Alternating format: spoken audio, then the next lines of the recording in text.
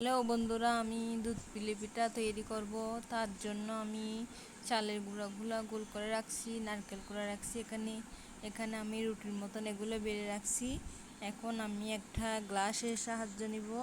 এটা নিয়ে আমি খুব তাড়াতাড়ি খুব সহজে করা যায় গোল গোল করতেছি দুধ পুলি পিঠা করার জন্য।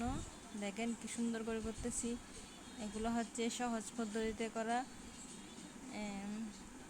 খুব সুন্দর করে উঠে যাচ্ছে। বাকি যেগুলো আছে এগুলো দিয়ে আমি আবার আবার রুটির মতন করব। এগুলো গোলাকার করে এগুলো কাটবো। হ্যাঁ, হয়ে গেছে। কতগুলো হয়ে যাচ্ছে আমার। অল্প চালের গুঁড়া দিয়ে কতগুলো পিঠে তৈরি করা যায়।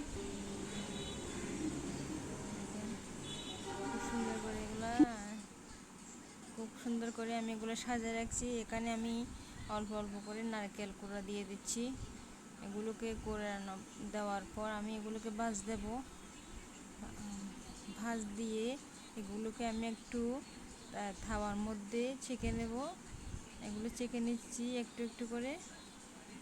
খুব সুন্দর লাগতেছে। এগুলো বকুল পিঠা বলে, বকুল পিঠার মতো লাগতেছে। এগুলোকে আমি দুধ পুলি পিঠা বানাবো। এখন আমি চুলার মধ্যে দুধ, চিনি,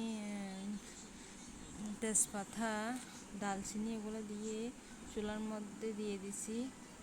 এগুলো এখন উতলাই উঠছে। আমি একটা একটা করে পিঠাগুলো দিয়ে দিচ্ছি। খুব সুন্দর লাগতেছে। এগুলা খেতে খুব মজাদার একটা সহজ পদ্ধতিতে রেসিপি, পিঠার রেসিপি।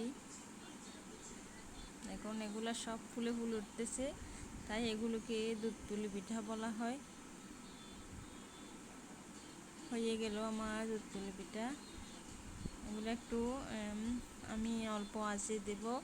আস্তে আস্তে করে একটু সিদ্ধ হবে। খুব তুলতুলে নরম সুস্বাদু একটা খাবার। আপনারা যদি এটা না পারেন, আমার পেজটা ভালো করে দেখবেন আর একটু লাইক, কমেন্ট আর শেয়ার দিবেন। দেখেন আমি আপনাদেরকে দেখাচ্ছি পিঠাগুলা।